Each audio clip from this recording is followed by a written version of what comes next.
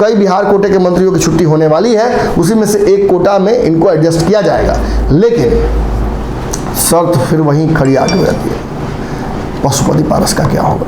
चिराग पासवान को मोदी मंत्रिमंडल में शामिल होने के लिए प्रधानमंत्री पीएमओ ऑफिस से फोन आ चुका है। आपने देखा कल ही जब कार्यकर्ता की मौत हुई भाजपा की, तो सारे सांसद पशुपति पारस के वहां मौजूद थे, खुद प्रिंस पासवान भी मौजूद थे।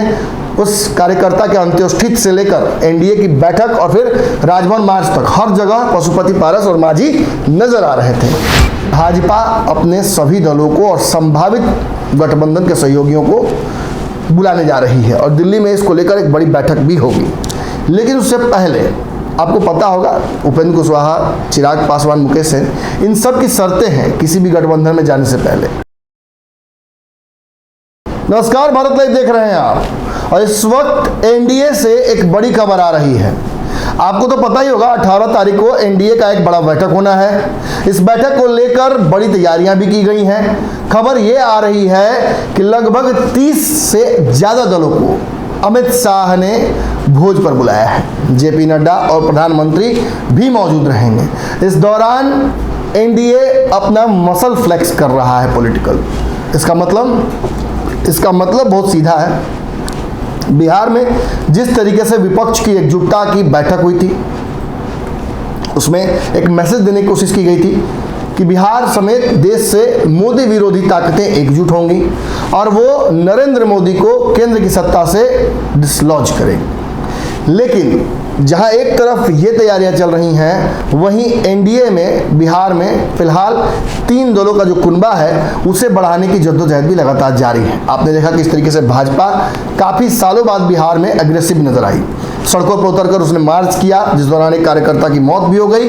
और अब ये विवाद इतना बढ़ गया है कि जिस वक्त आप ये खबर देख रहे हैं, केंद्र की एक जांच एजेंसी भाजपा द्वारा नियुक्त, जेपी नड्डा द्वारा नियुक्त, आज पटना के डाक बंगला चौराहे पर घूम रही है। वो लगातार लोगों से बातचीत कर रही है और सीसीटीवी फुटेज खंगाल रही है और ये रिपोर्ट जनरेट कर रही है कि आखिर भाजपा कार्यकर्ता की जो मौत हुई है वो किस कारण से हुई है। क्या पुलिसिया बर्बरता से हुई है, क्या प्रशासन के लाठीचार्ज की वजह से हुई है, या मामला कुछ और है। निश्चित तौर पर भाजपा अपने कार्यकर्ता की इस मौत को शहादत में बदलने की कोशिश कर रही है और इसका राजनीतिक फायदा भी भाजपा उठाने की कोशिश करेगी। लेकिन बिहार भाजपा फिलहाल जिस 3 दलों का गठबंधन है, आप अच्छे से जानते हैं, उससे सामने जो बड़ा एक कुनबा है महागठबंधन का, उसको बिहार में पार पाना संभव नहीं है। भाजपा इस बात को अच्छे से समझती है, इसीलिए उपेंद्र कुशवाहा, चिराग पासवान, मुकेश सहनी और कई आदि दलों को उसने अपने साथ लाने की कवायद शुरू कर दी है। लेकिन समय बीतता जा रहा है, जहां विपक्षी कुनबा बढ़ता जा रहा है और मजबूत होता जा रहा है, वहीं एनडीए का कुनबा लगातार सिकुड़ रहा है।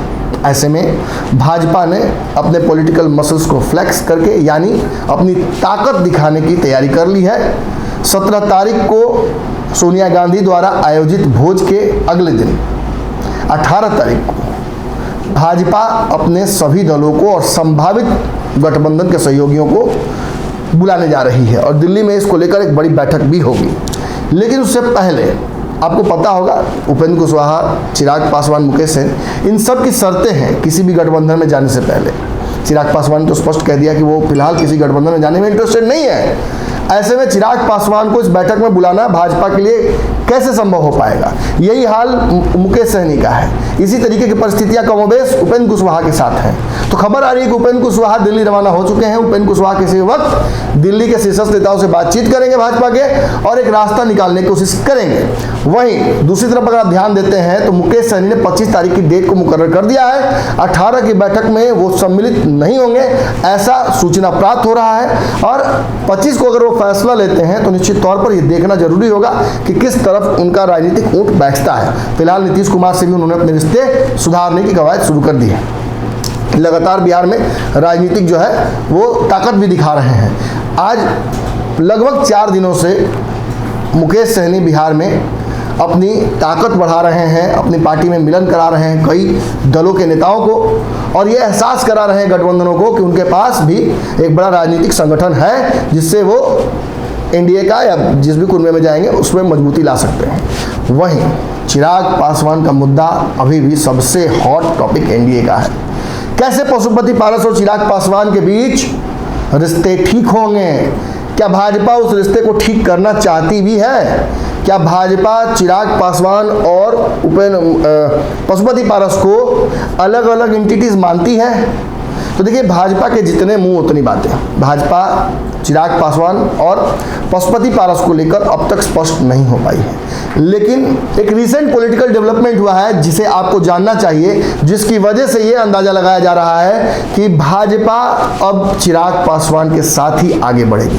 हालांकि आपको जब ये बता रहे हैं तो उससे पहले आपको बता दें कि पशुपति पारस के साथ भी भाजपा के रिश्ते लगातार सुधरते गए हैं और अब तो इतने अच्छे हैं कि पशुपति पारस को उनके जन्मदिन के दिन खुद प्रधानमंत्री विश करते हैं। खबर यह है कि फोन भी उन्हें प्रधानमंत्री का आया। इसके अलावा आपने देखा कल ही जब कार्यकर्ता की मौत हुई भाजपा की, तो सारे सांसद पशुपति पारस के वहां मौजूद थे, खुद प्रिंस पासवान भी मौजूद थे।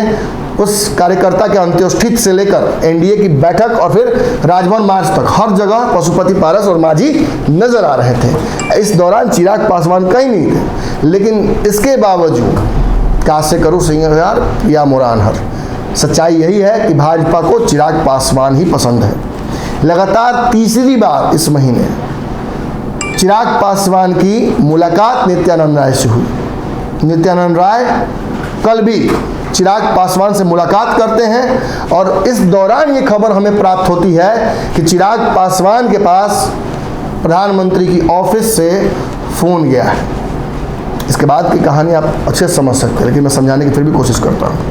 प्रधानमंत्री के ऑफिस से जब फोन जाता है तो इसका मतलब सीधा माना जाता है कि वो आपको भोजन पर न्योता नहीं दे रहे हैं, वो आपको 18 की बैठक में आने के लिए न्योता नहीं दे रहे हैं, बल्कि कैबिनेट में शामिल होने के लिए। जी हाँ, आप सही सुन रहे हैं, चिराग पासवान को मोदी मंत्रिमंडल में शामिल होने के लिए प्रधानमंत्री पीएमओ ऑफिस से फोन आ चुका है। इसको लेकर चिराग पासवान अपने लोगों के साथ बातचीत भी कर रहे हैं। 18 की बैठक में तो निश्चित तौर पर वो होंगे, लेकिन अगर उसके पहले या उसके बाद अगर वो मोदी मंत्रिमंडल का हिस्सा बन जाते हैं तो इसमें बहुत अचंभित होने वाली कोई बात नहीं है।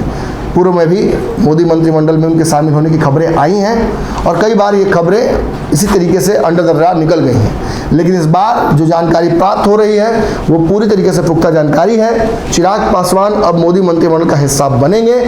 बचे हुए टर्म 24 के चुनाव से पहले जो बचता है उस दौरान वो बिहार कोटे से जो मंत्रिमंडल है मोदी के कैबिनेट में उसमें रिप्रेजेंटेशन करेंगे।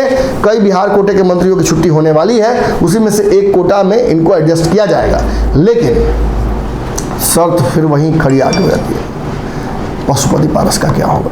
चिराग पासवान का अगर कद एनडीए में बढ़ता है, उनका उठना बैठना रोज का हो जाता है, तो ये असहज करेगा पशुपति पारस को। पशुपति पारस के जितने भी सांसद हैं उनको भी ये असहजता लगातार हो रही है। उनके चेहरे पर भी लगातार ये शिकन देखने को मिल रहा है कि अगर चिराग आ जाते हैं तो पशुपति पारस का कद घट जाएगा क्या।